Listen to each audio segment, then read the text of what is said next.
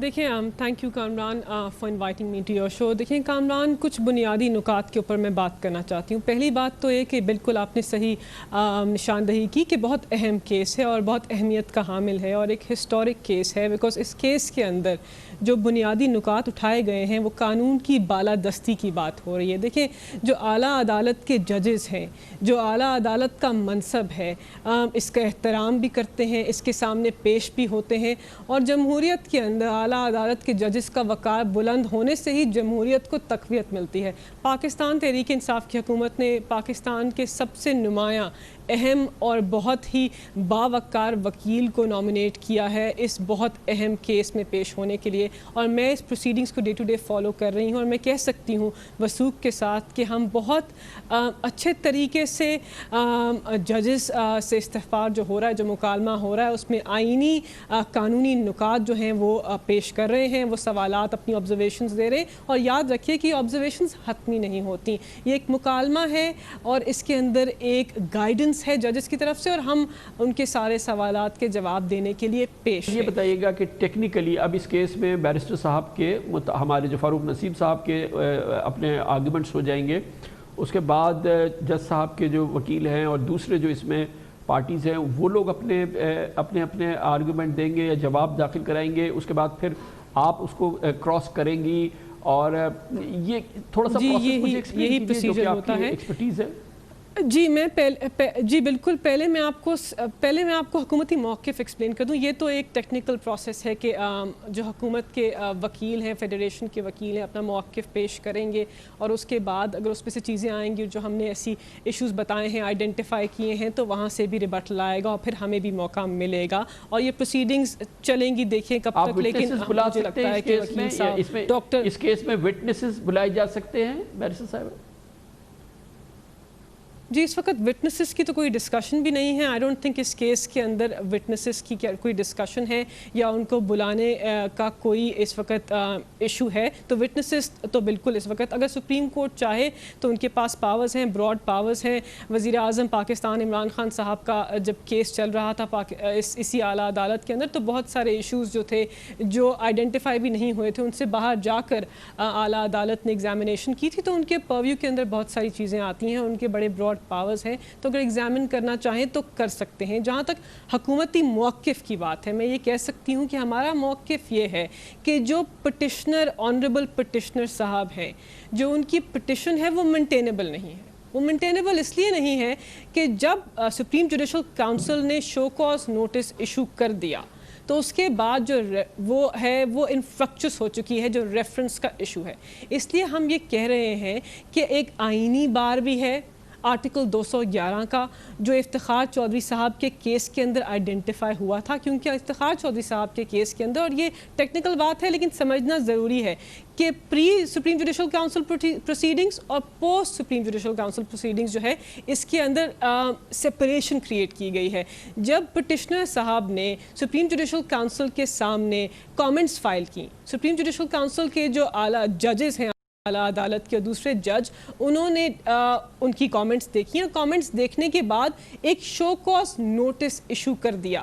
اس show cause notice issue کرنے کے بعد اب انہوں نے شو کاز نوٹس کا جواب دینا ہے, ریفرنس کا جواب نہیں دینا ہے. پہلی بات تو یہ. تو ہماری مین لائن آف آرگیومنٹ یہ ہے کہ پٹیشن مینٹینیبل نہیں ہے. اس کے علاوہ کامران صاحب ڈسکشن ہوئی ہے. کر دوں مجھے بتائیے گا کیونکہ مجھے ہمیں اپنے عام ناظرین کو سمجھانا ہے. بیرسٹر صاحبہ آپ یہ کہہ رہی ہیں, میں مختصر بتاتا ہوں, اگر صحیح کہوں تو آپ بتا دیجئے گا کہ یہ کیس سپریم کورٹ میں جسٹس فائز عیسیٰ فائل نہیں کر سکتے تھے. اس کا فورم سپریم جوڈیشل کاؤنسل ہے, وہیں پہ اس ریفرنس کا فائنل آؤٹ کم آنا چاہیے, اور یہ مینٹینیبل نہیں ہے. سپریم کورٹ میں یہ کیس آ ہی نہیں سکتا تھا. یہ پٹیشن ہے, اس کو ڈسمس کرنا چاہیے جج صاحب کی پٹیشن کو سپریم کورٹ نے. یہ حکومت کا موقف ہے. جی بالکل ہم یہی کہہ رہے ہیں کہ پٹیشن مینٹینیبل ہی نہیں ہے, بیکاز ایک آئینی آرٹیکل 211 کا بار ہے جو پہلے ایک کیس کے اندر اس کے اوپر آ چکی ہے ڈیسیجن, اور اس کے علاوہ بددیانتی کی بہت بات ہوئی ہے. آپ نے بھی اپنے انٹرو میں بات کی. دیکھیے اس پہ ایک کلیریفیکیشن ریکوائرڈ ہے کہ بددیانتی جو ہے اس کو پروف کرنا ہوتا ہے کامران. تو اٹس امپورٹنٹ کہ اس کو دیکھا جائے کہ یہ کہنا کہ حکومت کا یہ سارا ریفرنس جو ہے بددیانتی پہ مبنی ہے, اس کے اندر ایک بات سمجھیں کہ اس اور جس کیس سے اس کو لنک کیا جا رہا ہے, جس ججمنٹ سے اس کو پٹیشنر صاحب لنک کر رہے ہیں, سمجھنا ضروری ہے کہ اس ججمنٹ کے اندر 2 ججز تھے. دوسرے جج کے علاوہ تو کوئی اقدام نہیں اٹھایا گیا, تو کیسے بدنیتی ثابت ہوئی. بہت بہت شکریہ. بیرسٹر ملکہ بخاری ہمارے ساتھ موجود تھے, وفاقی پارلیمانی سیکرٹری برائے قانون. اس کے ساتھ ہی ہمارے آج کے پروگرام کا اختتام ہوتا ہے. کل آپ سے پھر ملاقات ہوگی انشاءاللہ. کل تک کے لیے کامران خان کو اجازت. اللہ حافظ. ناصر.